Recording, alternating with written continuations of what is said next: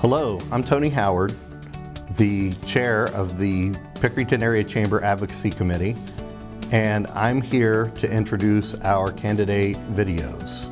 These videos are intended to inform the public of the platforms that our candidates are running for this election season. At no point in time has the Pickerington Area Chamber endorsed or will be endorsing any of the candidates you will see. We contacted all candidates running for office this season and offered an opportunity to share what their platform was and who they are. So the videos you will watch are the candidates that took advantage of that opportunity. I'm Shelby Hunt. I'm running for Wilde Township Trustee. Well, there are several different reasons. My political career began a little over a year ago when I primaried Steve Stivers for the Republican seat for Ohio 15 for the U.S. Congressional District. Then fast forward to now. One of the reasons that I got involved then is because I was concerned with the direction of the country and where things were going. And then again, fast forward to now into 2021, I saw some things that were happening locally that I was concerned with. Namely, you're going back to June of 20. There was BLM signage that was being put up at Pickerington North High School. That concerned me with the rise of this divisiveness that's come into the community. Then there was other conversations that I had with existing trustee, with some of the economic factors that are with the COVID that has happened with all of the unemployment, all the now hiring signs along 256, and the response was that these people need to be paying their people more to get them back to work. Being a small business owner, I understand the economic impact that type of philosophy has, that it's a spiraling effect where it really comes down to be pretty simple. If you're paying people more, those costs are going to be passed down the line to your consumers. So for certain businesses that may make sense, but for a lot of these entry-level positions that we see need to be filled along 256, it's going to ruin those businesses. You can't pay $15 for a burrito at Taco Bell. So those were some of the primary reasons. But more importantly, I think that the social contract has been broken at the federal level. And it's more important than ever for us to reclaim our constitutional republic by getting people in at the local level that are going to start to put upward pressure on people that are in higher offices, either at the county level, at the state level, because right now we're reacting to a lot of things that are happening. We have a lot of downward pressure that are coming down to our communities. We need to organize and do some upward pressure on those above us. But really the heart of my campaign is to get back to Judeo-Christian ethics, and that may seem like a simple answer, but we have strayed so far away from God that we need to get back to our biblical roots, and where I believe that people have a freedom to practice whatever religion that they want. I think that we have gotten so far away from that out of our public service. A lot of public servants, depending on the crowd that they're in, will take a position, but they will not stand for that position on principle. So I want to have principled leadership, not just solely based on public perception.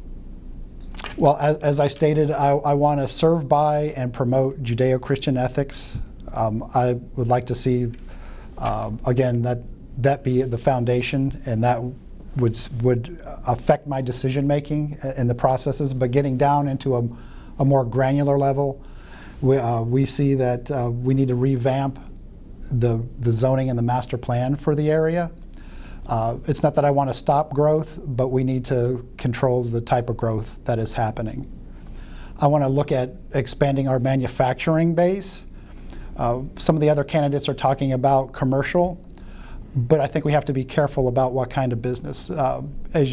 Retail has changed, so I want to see us bringing in businesses that produce things.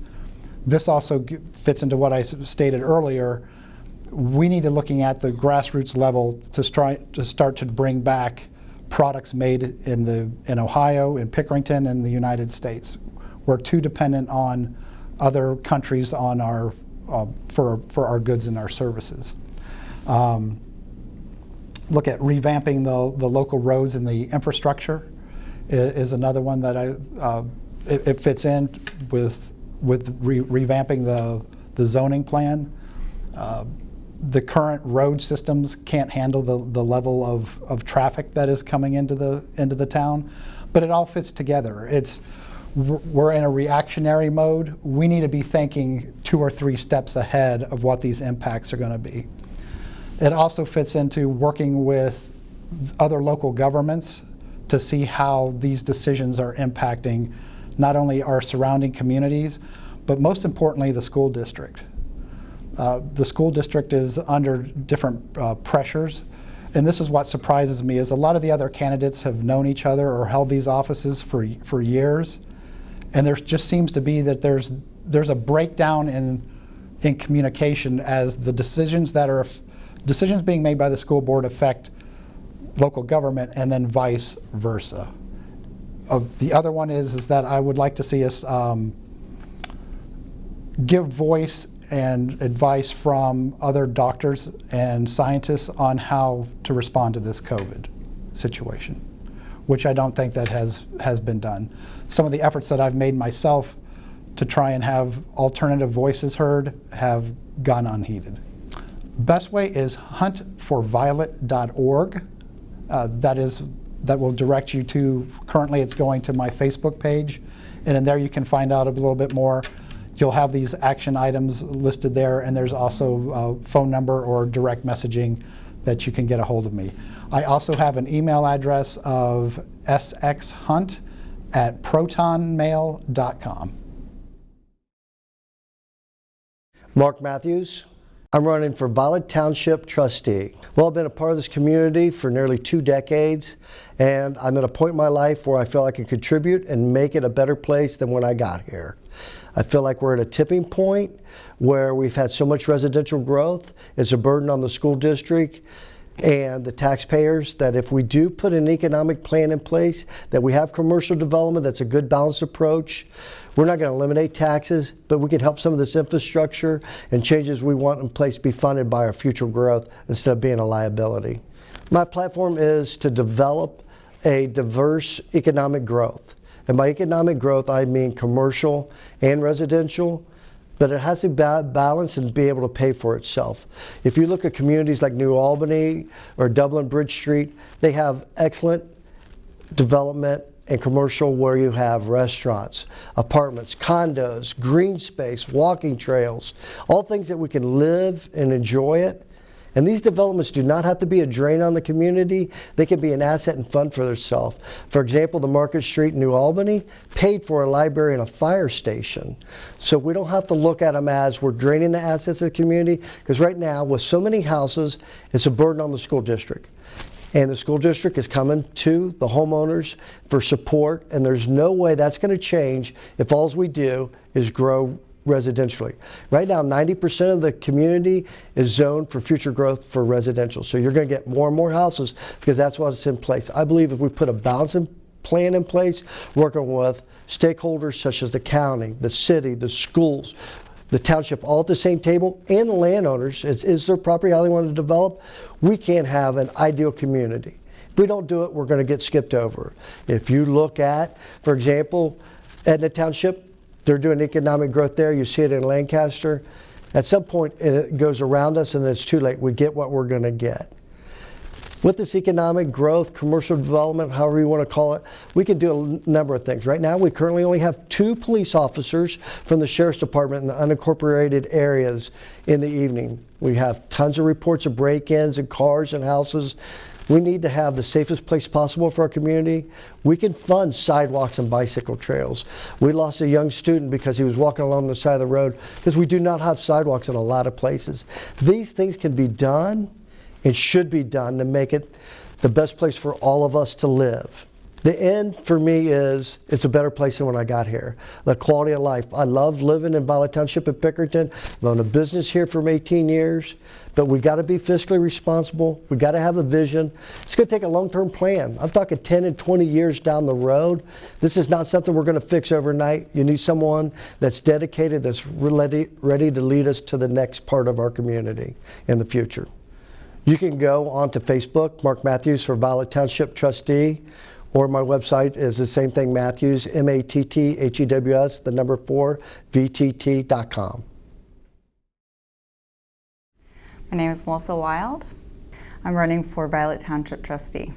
Well, over the last 6 years, I have been honored to be able to serve first at the City of Pickerington and then at Wilde Township. And I've been able to work on a number of things that I think are very important to the community to bring Wilde Township into the vision that we all see for it, and would like to continue to work on that. So I have 4 main areas of focus for the next 4 years based on what I've seen and learned over the last 6. The first one is I see all of our green space quickly disappearing, and we have a lot of developers coming in. And a couple of years ago, we had the opportunity to save 63 acres that was going to be developed into apartments and homes. And we were able to return that to the residents in the form of a park. So we just finished the partnership with Fairfield County Parks, who are going to put trails both inside the wooded area and around so that people can enjoy it. We have a community garden out there as well as other events, including the latest, which was the library event. The second thing that I would like to focus on are sidewalks. It is well past time that we focus on sidewalks.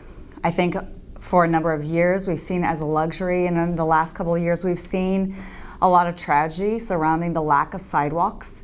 And I think this is a focus that we really need to put at the top of our list. So that is something over the next 4 years that I will really push for, is to expand our bike paths and walking paths, both to from communities to the parks, and from communities to our business areas to help out those business areas as well. The third thing is our regional partnerships. So for a number of years and decades, we have viewed Pickerington and Wilde Township as this little island and kind of worked by ourselves. And in the last couple of years, I have started forming these great relationships with our regional partners and surrounding communities, and see a lot of opportunity for us to grow with our business development and other opportunities by working with other agencies and other regional partners. And so that is, over the next 4 years, something that I will focus on as well. The final thing that is really important for our area is our business community and our economic development.